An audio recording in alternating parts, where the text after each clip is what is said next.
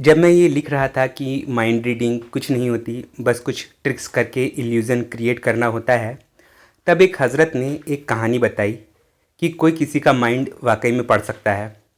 उन्होंने बताया कि कुछ साल पहले उनके एक जानने वाले ने उन्हें बताया कि उन जानने वाले की बच्ची ने मिड ब्रेन एक्टिवेशन सेंटर में दाखिला लिया है। उन्होंने बताया कि बहुत अच्छा रिज़ल्ट आ रहा है। वो बच्ची अब बिना किसी चीज़ को देखे उसका कलर बता देती है और उसकी आंखों पे पट्टी बांधकर भी आप उससे किसी तस्वीर के बारे में पूछिए कि किस चीज़ का फिगर है, तो वो सही सही बता देती है। जिन हज़रत की बात मुझसे हो रही थी, उन्होंने ये बात लिख कर मुझे बताई थी फेसबुक पर कि मुझे बड़ा ताज्जुब हुआ। मैंने कहा कि मुझे तो यकीन नहीं आ रहा। तो वो साहब इन हज़रत को अपनी बच्ची के पास लेकर गए। बच्ची की उम्र महज 6-7 साल की थी।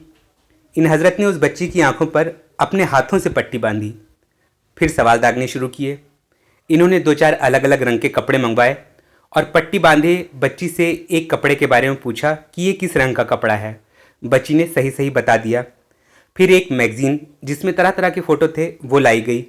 इन्होंने एक फ़ोटो पर हाथ रखकर पूछा ये किसका फ़ोटो है। बच्ची ने कहा ये बाइक का फ़ोटो है, जो कि सही जवाब था। इन्होंने फिर पूछा, लड़की ने बताया ये कंघी का फ़ोटो है, ये भी सही जवाब था। आंखों पर पट्टी बंधी थी और लड़की से पूछे हुए सब सवालों के जवाब उसने सही दिए थे। बच्ची के पापा ने कहा यह अभी इसका इनिशियल स्टेज है। जब इस कला में इसको महारत हासिल हो जाएगी तो कोई भी बुक का कोई भी पेज खोले बगैर उसी तरह आंखों में पट्टी बांध दी जाए सब कुछ पढ़कर सुना सकती है। शुरू में उसको ये टच करके पढ़ेगी, जब पूरी तरह से एक्सपर्ट हो जाएगी तो पेज को बगैर टच किए हुए भी आसानी से पढ़ सकती है। उन्होंने यहाँ तक कहा कि इस विद्या में एक्सपर्ट होने के बाद 100 मीटर दूर से कोई ट्रक आ रही हो और इसकी आंखें बंद हों तो भी ये बता सकती है कि उस ट्रक का नंबर क्या है। और फिर इन हज़रत ने अपनी बात ये कहकर ख़त्म करी कि जिसे इस तरह के कोर्स पर यकीन ना हो वो बनारस के सिगरा में जाकर दाखिला ले ले। सुहानी शाह को इसी कोर्स में महारत हासिल है। हम लोग अपने ब्रेन का कुछ ही % हिस्सा इस्तेमाल करते हैं, बाकी सब इनएक्टिव रहता है। ये कोर्स उन्हीं इनएक्टिव पार्ट्स को एक्टिव करता है। उन हज़रत की कहानी सुनकर मुझे पहली बार में ये सच्चाई कम और उस हॉगवर्ट्स जैसे जादूगरी स्कूल का इश्तिहार ज़्यादा लगा। पढ़कर लगा कि उन साहब ने किसी और से सुनी हुई कहानी को कॉपी किया है। अवचेतन मन को जागृत करने की बात मैंने कई जगह पढ़ी थी, लेकिन इन हज़रत की कहानी में कई पेज थे जो उस कहानी के पूरी तरह सच्चा होने में बाधा बन रहे थे। मैंने उन हज़रत की कहानी पर उन्हें जवाब दिया, बच्ची आंखों पर पट्टी बांधे और निर्जीव चीज़ को छू कर बता दे कि इसमें क्या है, ये कुछ ज़्यादा ही लंबी फेंक दी गई है। सबकॉन्शियस ब्रेन के एक्टिवेशन की बात सही है, लेकिन वो इस तरह से होता है कि सामने एक जिंदा इंसान हो जिसने खुद को आपके आगे सरेंडर कर दिया हो कि मेरे मन की बातों को तुम जान लो, और आप अपने दिमाग में कहोगे कि इस सामने वाले के मन के विचार मेरे मन में आ रहे हैं। तब इस तरह से एक टेलीपैथी शुरू हो जाती है। इसके लिए आप उस इंसान को या तो देखोगे या फिर उसको टच करोगे, तब ज़्यादा आसानी होगी। और इस कला को सीखने के लिए अच्छा खासा टाइम देना होता है। छोटे बच्चे इस कला में पारंगत नहीं हो सकते। ये कला आते आते इंसान वयस्क उम्र का हो जाता है। सुहानी शाह को ये कला आती है, लेकिन इस काल्पनिक कहानी की बच्ची से फिर भी उसको कम आती है। मेरे इस जवाब पर उन साहब को बुरा लगना ही था कि मैंने तो इस कहानी को झूठी कह दिया, जबकि ये उनकी आंखों देखी कहानी थी। उन्होंने लिखा कि मैंने आपको रेफरेंस दिया है कि बनारस के सिगरा में ये इंस्टीट्यूट है। मैंने खुद अपने हाथों से पट्टी बांधकर खुद पूछा है। अगर ये सब गलत है तो आप गलत ही समझिए। मैं आपको यकीन दिलाने का ख्वाहिशमंद भी नहीं हूँ, लेकिन मेरी कोई भी बात फेंकने वाली बात नहीं होती। उनकी नाराज़गी पर अब मुझे एहसास हुआ कि ये कोई सुनी सुनाई कहानी नहीं थी, बल्कि उनकी ही आंखों देखी थी। साइकोलॉजी में मिड ब्रेन एक्टिवेशन की बात की जाती है और मैं मानता हूँ कि वो काम भी करता है, लेकिन एक 6 साल की बच्ची अपने अवचेतन को जागृत कर ले, ये तो बहुत बड़े चमत्कार की बात हो जाएगी। अपने अवचेतन को जगाना एक लंबा प्रोसीजर होता है। बच्चे इस लंबे प्रोसीजर को फॉलो कर ही नहीं सकते, जिसमें आपको अपने मन से सारे विचार मिटा देने हैं, शांत बैठना है। बच्चे जो चंचल होते हैं वो ऐसा काम कर ही नहीं सकते। कोई इंसान वयस्क उम्र में जाकर बरसों की प्रैक्टिस और मेहनत लगाकर थोड़ी बहुत टेलीपैथी करना सीख पाता है। और इधर ये साहब बता रहे हैं कि हमारे देश में 5-6 साल के बच्चे ये कला सीख कर चमत्कार दिखा रहे हैं।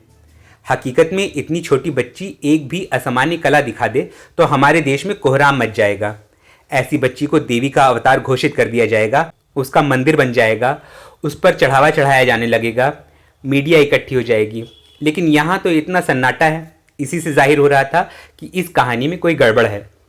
तब मैंने उनके किस्से को फिर बारीक नज़र से देखना शुरू किया और अब मुझे मामला पकड़ में आ गया।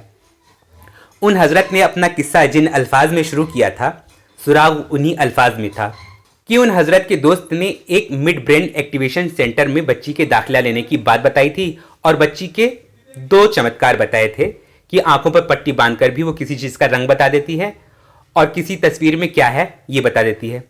और आप यहाँ वीडियो में पीछे जाकर देखिए कि उन हज़रत ने उस बच्ची से इसी 2 किस्म के सवाल किए, यानी कि एक तो रंग पूछा और दूसरे उन्होंने तस्वीर में 2 चीज़ें पूछी कि ये क्या है और ये क्या है। एक तो बाइक थी और दूसरी कंघी थी। यानी इन हज़रत को कुछ खास सवाल ही सजेस्ट किए गए थे। जिस वक्त इन्हें यह बताया गया कि लड़की बिना देखे किसी चीज़ का कलर बता देती है, यकीनन बताने वाले इनके दोस्त ने उसी रंग की तरफ हाथों का इशारा बार बार किया होगा जिस रंग के बारे में इन्होंने बाद में उस बच्ची से पूछा। बच्ची तस्वीर में क्या बना है ये बता देती है। ये बात बताते हुए पहले इनके दोस्त ने किसी बाइक की तस्वीर या असली बाइक की तरफ कुछ इशारे किए होंगे, फिर दूसरी बार यही बात बताते हुए एक कंघी की तरफ इशारा किया होगा। इन्हें लगा कि ये रंग, ये फ़ोटो इन्होंने अपनी मर्जी से चुना, लेकिन यही मनोविज्ञान की ट्रिक थी कि आपके दिमाग में सवालों का सजेशन देते हुए ये बात भी डाल दी गई कि आपको बस यही रंग पूछना है और बस यही 2 तस्वीरें पूछनी हैं। ये बातें चुपचाप बिना मुँह से कहे इन हज़रत के अवचेतन मन को इनके दोस्त ने पहुँचाई थीं।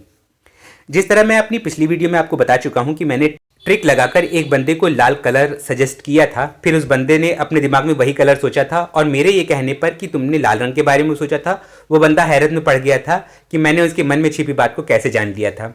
उसी तरह इन हज़रत को इनके दोस्त ने एक कलर और 2 चीज़ों का फ़ोटो सजेस्ट किया।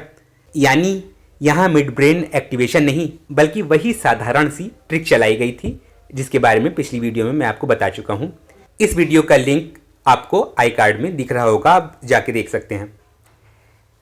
तो ऐसी ट्रिक्स दिखाना 6 साल की बच्ची का काम नहीं है। असल में हुआ ये था कि उन हज़रत के वो दोस्त ये ट्रिक कर रहे थे। उन्हें पता था कि उनके सजेशन के बाद ये हज़रत बाइक और कंघी का ही फ़ोटो पूछेंगे और पीले रंग के बारे में ही पूछेंगे। तो उन्होंने पहले से अपनी बच्ची को बता दिया कि जब तुमसे रंग पूछा जाए तो पीला बताना और तस्वीर में क्या है तो बाइक बताना और फिर उसके बाद पूछा जाए तो कंघी बताना। इसके बाद उन हज़रत को लगा कि वाकई लड़की में आश्चर्यजनक कला आ गई है। आप सुहानी शाह या किसी भी मेंटलिस्ट पर गौर करें, अपनी कला का प्रदर्शन करते हुए ये लोग अपने हाथ खूब चलाते हैं, खूब कहानियाँ सुनाते हैं और आपसे चाहते हैं कि आप उनकी ओर पूरे ध्यान से देखें और उनकी बातों को पूरे ध्यान से सुनें। इस तरह वो आपको बातों ही बातों में वो सजेशन दे देते हैं जो सवाल उन्हें आपके मन में डालना होता है। यही सम्मोहन की कला है और उन हज़रत को उस छोटी बच्ची ने नहीं बल्कि बच्ची के पिता ने सम्मोहित किया था। सच ये है कि आपकी आत्मा और आपके दिमाग को अपने वश में करने की अविश्वसनीय बातों से अलग सम्मोहन का ज़्यादातर हिस्सा आपको अपनी बातों के जाल में उलझाना ही होता है।